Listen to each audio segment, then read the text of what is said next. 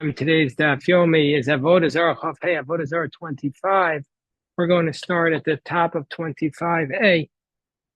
The Gemara has been discussing an area where Rabbi Eliezer, Rabbi Shmuel Bar Nachmani had a machlokas about how to interpret a pasuk with respect to cows that were singing. So now, since the Gemara cites the area where Rabbi Eliezer, Rabbi Shmuel Bar Nachmani dispute each other, and now talks about other areas where they dispute, even though it's totally unrelated to anything we're discussing, just where these two rabbis dispute. So it says about where the sun was stopped with the book of Joshua. It says Vayidom Hashemesh v'yareach hamad, that the sun stopped and the moon stopped. Ad yikom goy oivav, until will take revenge on his enemies. So Hawali Ksuval Sefer Yashar. All this is written in the book of Hayashar. This is what the pasuk in Yoshua says, talking about the stopping of the sun in the time of Joshua. So Amar Rabbi Bar Abba, Amar Rabbi Yochanan. So what is this a reference to? What is the Sefer Hayashar? That Sefer Avram Yitzchak Yaakov. This is the book of Genesis. It's the book of Abraham, Isaac, and Jacob. Shenikra'u Yesharim. They were called the Yesharim, as it says, Tamos Nafshi Mos Yesharim. As we read yesterday in the Torah. Remember it? We read it yesterday, that Bilam says, let me die amongst the Yesharim. And he's referring to, I want to die like the death of Abraham, Isaac, and Jacob, that they died a very peaceful death. So where in the book of Genesis is it hinted to that the sun stopped? Because it says in the pasuk in Joshua that the sun stopped, and it's written, the sun stopped in the time of Joshua, and it's written about it in the book of Genesis. So where is it written? It says Vizaro, when Jacob blesses Ephraim, and Ephraim is the ancestor of Joshua. It says Vizaro yeh milo agoyim. His seed will be spread around the world. All the nations will know about it. When will all the nations know about the greatness of Ephraim's descendants? When the sun stood still for Joshua. As it states, the sun stopped in the middle of the sky, and it did not quicken to come for a complete day. The comma, how long did the sun stand for in the time of Joshua?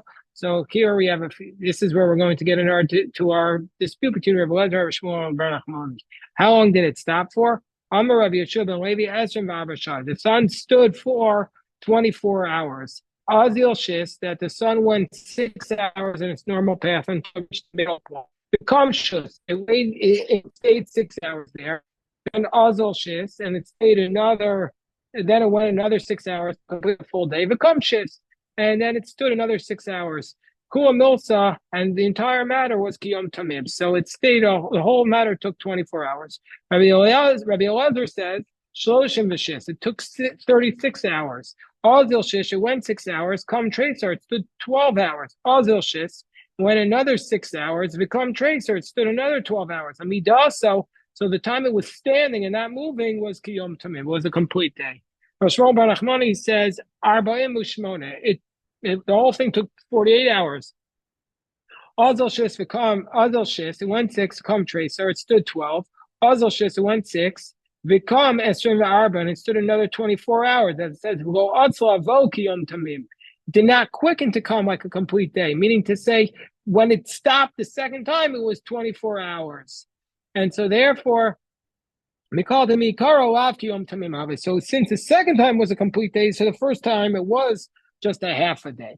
Ikadami, others say that the Amoraim were not arguing how long it stood together in the sky, but the Tosefta Pligu, they were arguing how many additional hours to the day there were from all the other days. Rabbi Shimon Levi Amar Esrim V'Arba, because the sun stopped that day was 24 hours longer. Azal Shis, it went 6 hours. Come Tracer, it stood 12. Azal Shis, become Tracer, and stood another 12 hours. Amidaso Kiyom Tamid. So it stood an extra 24 hours. Whereas Rabbi Eliezer says Shloshim V'Shis, it stood an extra 36 hours. Azal Shis, become Tracer, it went 6 and stood 12. Azal Shis, become Esrim V'Arba, because it says V'Atzlav Kiyom Tamid. So it stood a total of 36 hours. Rosh Hashanah says, Arba'im Ushmona, it stood a total of 48. Azal Shis, 1/6 become Esrim V'Arba. Azal Shis become Esrim V'Arba. So the total of 48. Because makish amidasa will be also. Compare the standing to when it was coming. Ma biaso kiyam tamim. Just like it went an extra full day. Af amidaso kiyam tamim. Also, when it stood an extra day. So now we're talking about the time since we started talking about this dispute because there were the same two rabbis arguing, and we started talking about the dispute between Joshua about the stopping of the sun. The Gemara is going to now discuss the stopping of the sun in the time of Joshua. Just like the sun stopped for Yoshua, Moshe, just so it would stop for Moshe when he fought with Sichon. We had this 2 weeks ago in the Torah, and also in Nachimon ben Gurion. Also, really, it stopped actually for two other people, as Tosfos points out. It also stopped for Jacob, as it says in Chulin, that the sun stopped for him when it says Vayifka b'makom vayom sham. There, Rashi talks about this in the parasha, and also it stopped for Chizkiah in the book of Melachim in 2 Melachim chapter 20 verse 9. So it's actually stopped for other people, but the time it's not for Moshe, we're going to refer to here in Nachum ben Gurion is in Tainus 20a, where he was providing the water for the pilgrims, and he had a certain amount of time to pay back his debt. And if we wouldn't pay back if it was bad about whether or not it would rain. And anyway, the point of the story is he would have lost, but because Hashem was so, or not a better condition, but because he prayed Hashem made the sun come out. That's a Gemara in Tainus 28. It's a very powerful story, which you should look up if you're not familiar with it. I always wondered if David Ben Gurion took his name from this figure, Nachimon Ben Gurion, who was caring for all the water of the people and of the time. Anyway, so the Gemara says,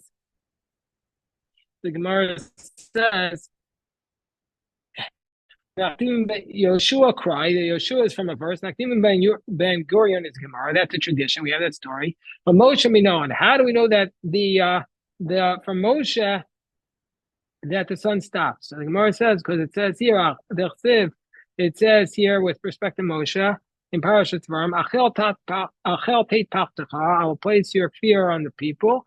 Uksiv hasam, it says in Joshua, B'Yoshua Achel gadlecha. It's the same word Achel. Rabbi Yochanan Amar Asya, taste. Ksiv Hachat says by Moshe Achel taste pachtacha. Ksiv Yoshua b'yom taste Hashem esamori. Rishon Rachmani says no. Migufei dekrosh masli. We know it from the pasuk itself because Moshe says Asher yishmuun shemachav ragzu v'chol mipanecha. The people hear about your greatness and they will tremble.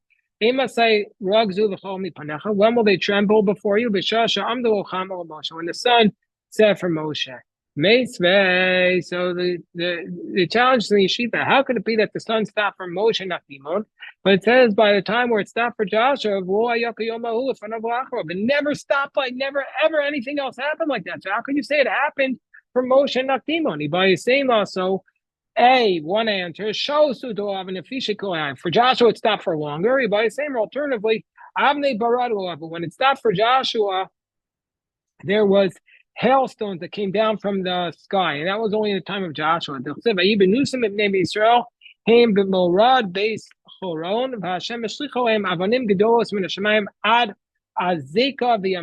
Hashem threw down large boulders down from the sky. And so that was only in the time of Joshua. Now, these same Amorayim have another dispute where when David cried about the death of Saul and Jonathan in battle, it says now that Shaul and Jonathan died, we need to teach the children of Judah how to fight a battle with a keshet. Keshet technically means a bow. And it says there in this pasuk, it says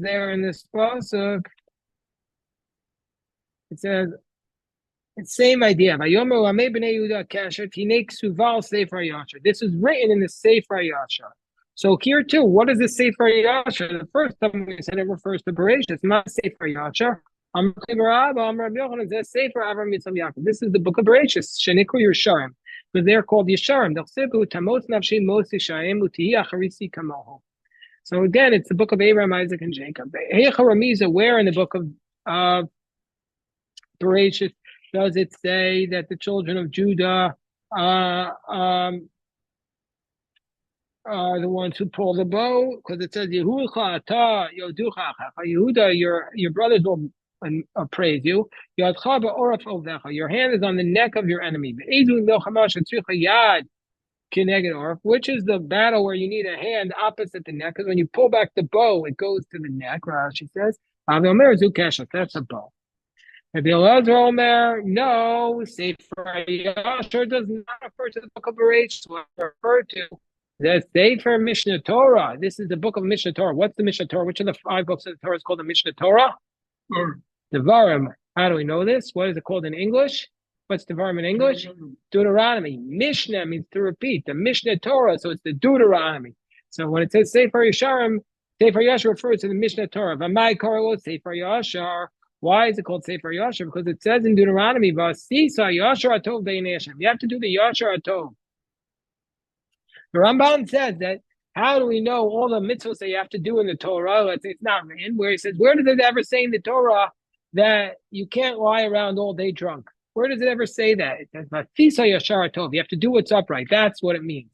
And every mitzvah that's not written, this is what it refers to. Where is it written about the bow in the book of Devarim? Because it says Yadav Ravlo. Because it says, by the blessing of Moshe to Judah, it says his hands will fight for him. Which is a war which needs 2 hands. Because you need 2 hands to fight with a bow. The Sefer Shoftim. No, it's referred to in the book of Judges. Why is the book of Judges called the Sefer Yashar? Because it says, in those days there was no king, everybody did what was right in his eyes. Where is it referred to? It says in the beginning that God left the other nations in the land to teach the children of Israel how to fight war. Where do you need to know how to fight a battle? This is with a kashet that requires skill. Meaning to say, God wants to teach the children of Israel what's the difference of sin that you're going to need to fight that you learn how to fight a war. That's a sin that we need to know how to fight a war. When we know the Yehuda, how do we know it's a reference to Judah? They'll say, Yehuda should go up first. It says at the end of, it says at the beginning of the book of Judges. These same Amoraim have another dispute, which is brought here only because of the earlier one. It says with respect to when Shaul became the king, he first went to search for donkeys. It says he went out to search for the donkeys and he found the kingdom. So he came to the land of Tzuf and he ate there with the prophet Shmuel. And it says, they gave Shaul the choice portion. The chef took the thigh. It wasn't the actual thigh, it was a very choice piece of meat. And he put it before Saul. What does it mean he brought it up? Rabbi Yochanan Omer, Shok Ba'aliyah. He gave him the thigh and the tail. Why is it called Ha'aliyah? Because the thigh is next to the tail. Rabbi Eliezer says, Shok V'chazad. No, the thigh and the breast. Because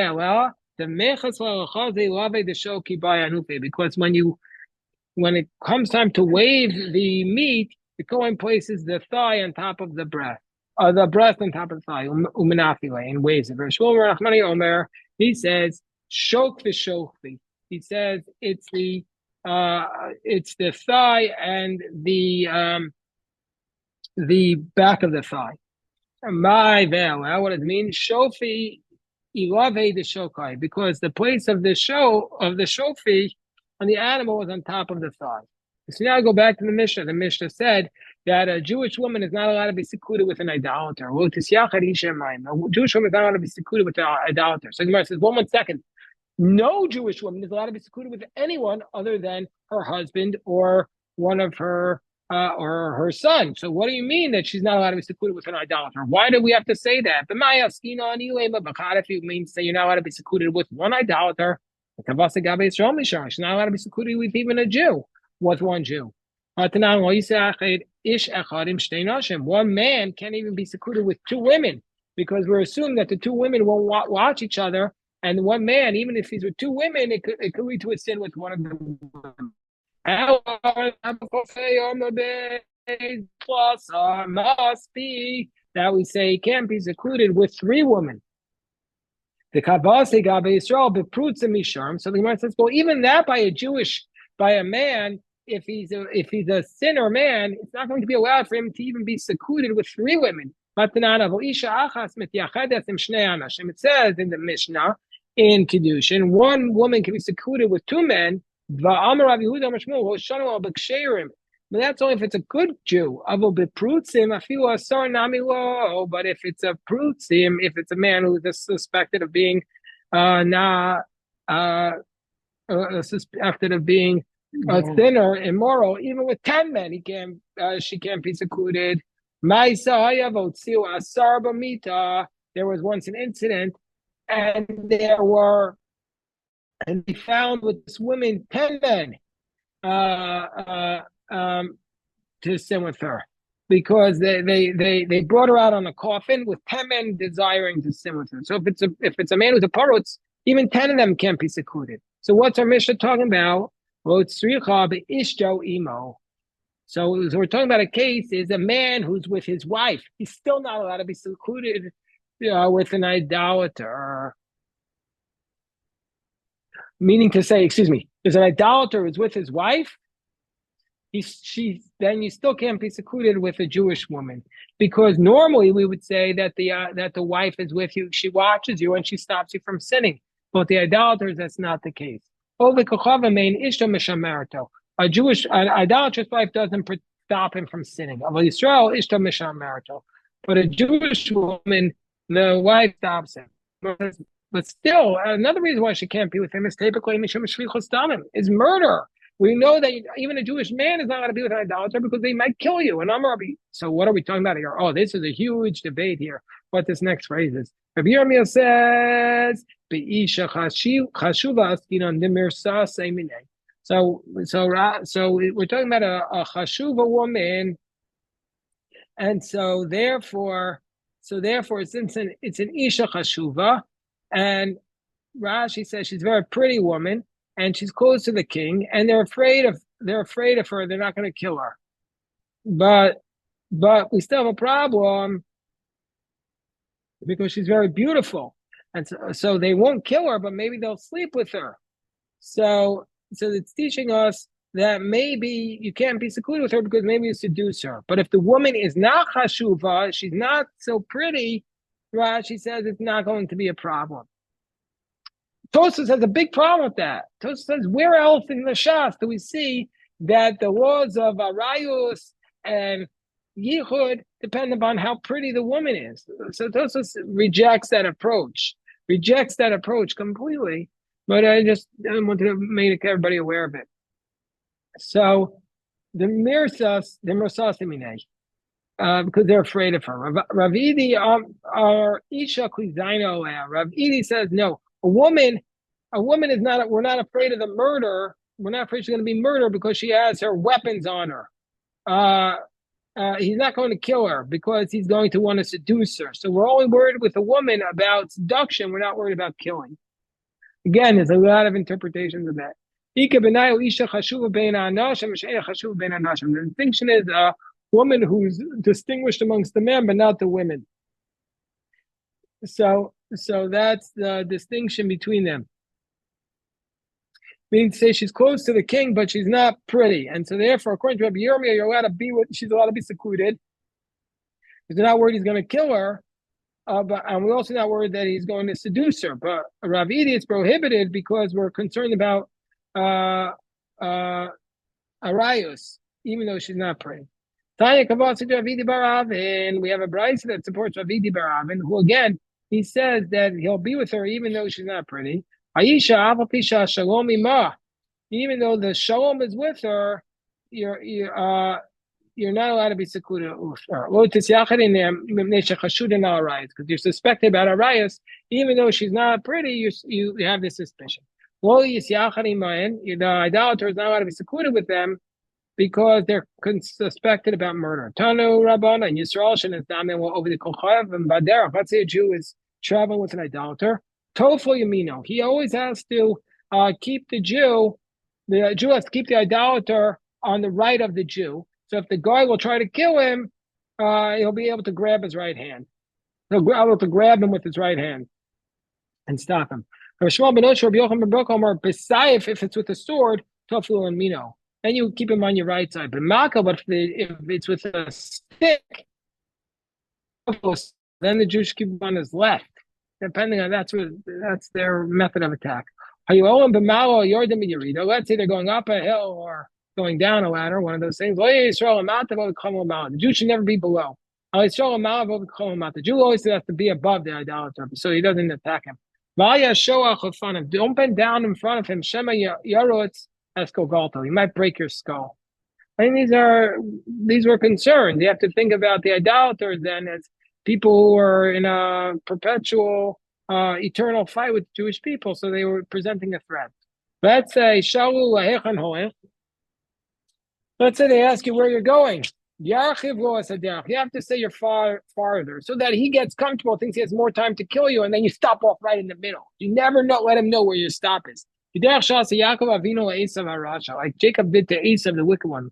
Because Jacob says, he goes, I'll meet you up in Seir.